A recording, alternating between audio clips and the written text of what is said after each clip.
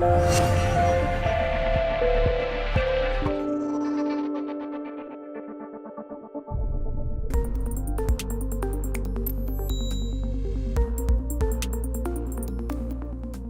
a collaborative effort. It's companies working together to enhance sustainability in their supply chains.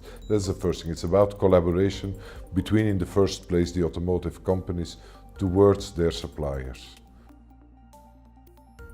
For the moment, 10 companies, 10 OEMs are involved, but it's also open to more OEMs to join Drive Sustainability to make this collective action.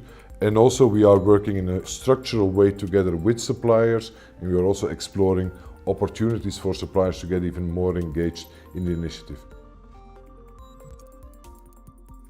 What is unique about it is that we work with a partnership model, so they build upon what they are already doing towards their supply chain and sustainability in their supply chain in order through collaboration to generate more impact.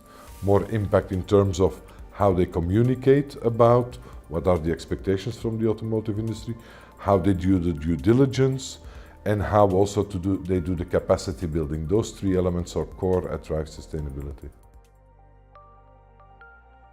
A car is composed of thousands of components and parts, and they come from suppliers who then supply to other sources, and sometimes it goes 6, 7, 8 layers down in the supply chain until even the raw material. And it's difficult sometimes for companies to understand even what are the labor conditions or the environmental conditions where those parts or those raw materials are produced. And Drive Sustainability tries to bring together the collaborative action to create a better understanding and also to take action towards those conditions in the supply chain. It has three processes, a three-layered approach to sustainability. The first process is about setting the expectations. The companies developed a common set of expectations towards the suppliers, a set of principles they communicate together. The second process is the due diligence process. This is a common standardized approach that is beneficial for both suppliers and OEMs. That's why we invested in the development of a common self-assessment questionnaire and also in further approaches to risk assessment and follow-up of supplier performance. And a third is the capacity building. This capacity building includes trainings of suppliers, stakeholder events with suppliers, but also the establishment of local networks to provide more continuous learning in specific countries like Turkey or in China.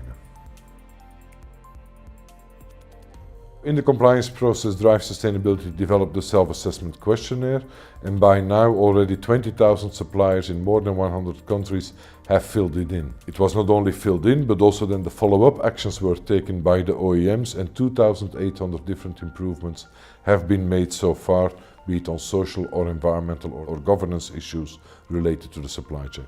For example, suppliers establishing new sustainability policies, new health and safety processes, etc.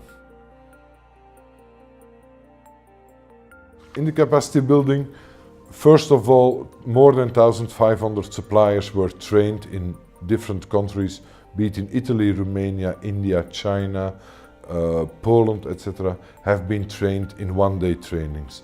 Next to that, we also established these two local capacity building networks that create their own dynamic of capacity building under guidance of Drive Sustainability, and that we did both in China and in Turkey.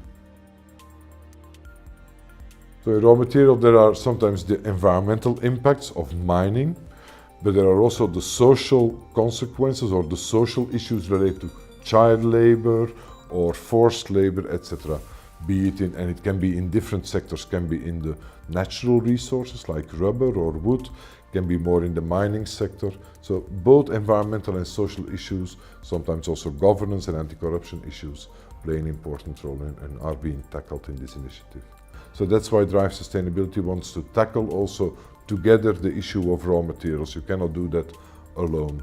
And so for that they developed now recently the Raw Materials Observatory, which is a process of dealing with the risk in the raw material supply chain. So this goes beyond the traditional tier 1 of the supplier, but goes really at the start of the supply chain, which is more complex and requires therefore also more collective action from the automotive industry.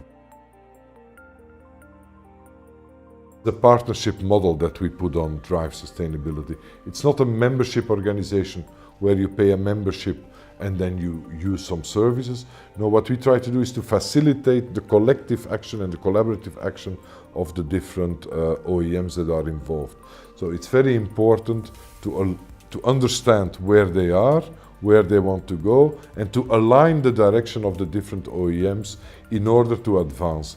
A second key element of Drive Sustainability is the action orientation. It's not only about compliance, it's not only about setting a set of guiding principles, it's about a discussion and an activity towards real impact, towards to drive the change, be it in the supplier, be it at the automotive company itself, or be it even further down in the supply chain with the capacity building. That action orientation and impact orientation is very important to go beyond the due diligence type of approach.